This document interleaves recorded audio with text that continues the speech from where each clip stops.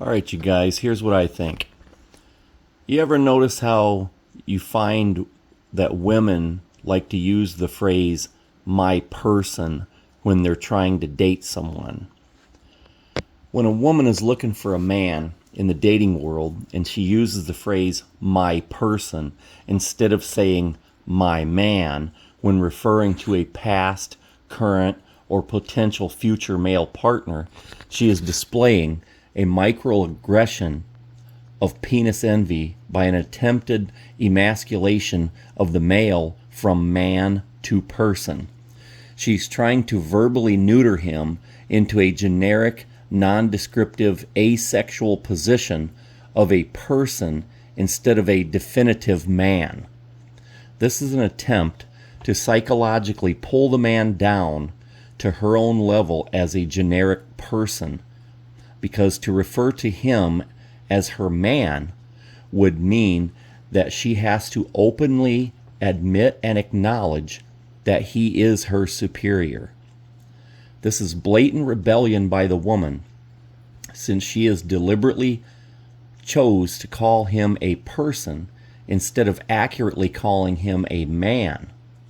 In her subconscious mind, it renders her equal to the man, since she also qualifies as a person.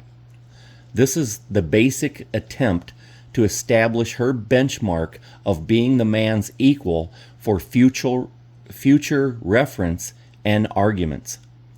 A woman that openly looks for her man has a better chance at a successful relationship because she's acknowledging her feminine role from her natural submissive position under the man's authority and dominion.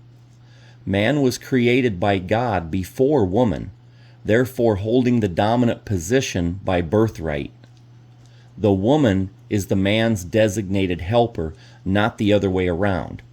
She is to support his endeavors and ambitions and blend into his dreams and future as his wife, not as his authority. The referring to the man as simply a person is an outright insult to him and suspect to the scrutiny, the same way a man or woman will refer to their same-sex friend as their partner, hence the accusations of being gay.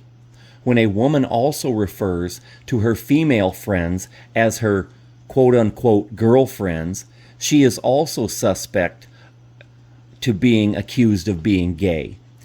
If men referred to their male friends as quote-unquote boyfriends, they would be accused by all the women of being gay.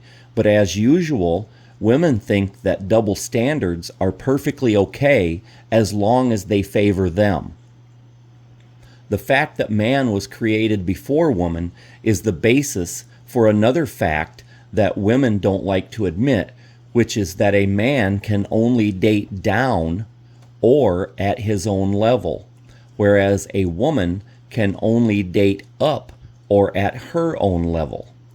They like to lie to themselves and each other by saying how they quote-unquote settled for a guy or guys in their past that they thought they were dating down to, when in reality, since water seeks its own level, they were only dating their equal, not a lesser man. When a woman has been rejected by a higher value man, this will be displayed by her inability to deal with the rejection like an adult, and she will throw a tantrum, break things, tell lies about him, and basically try to wreck everything in his life, from his family to his job, reputation, and even to the next woman he has an interest in. Getting accidentally pregnant is another signature move women will do when they are with a man that has dated down to them, or that they think has what they call quote-unquote potential. The potential the women are referring to is a possible future income that the pregnancy or marriage will provide for them in the future. They are trying to use the pregnancy to secure a future income from that man, or just to keep him around to support her so she can avoid getting a job and supporting herself, basically screwing herself into a big meal ticket. When a woman is promoting the idea of marriage to a man, it's only because she has nothing to lose and everything to gain by marrying him, whereas he has everything to lose and nothing to gain by marrying her. This is why women in general will push for marriage and the men in general will not. Then, as leverage, they will try to guilt and shame the man into the marriage by saying that men are afraid of commitment. This is 100% false.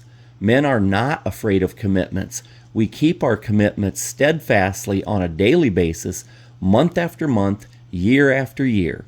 The overarching theme of avoidance by the men is simply the fact that the majority of women have nothing of value worth committing to, which is why the women push for it.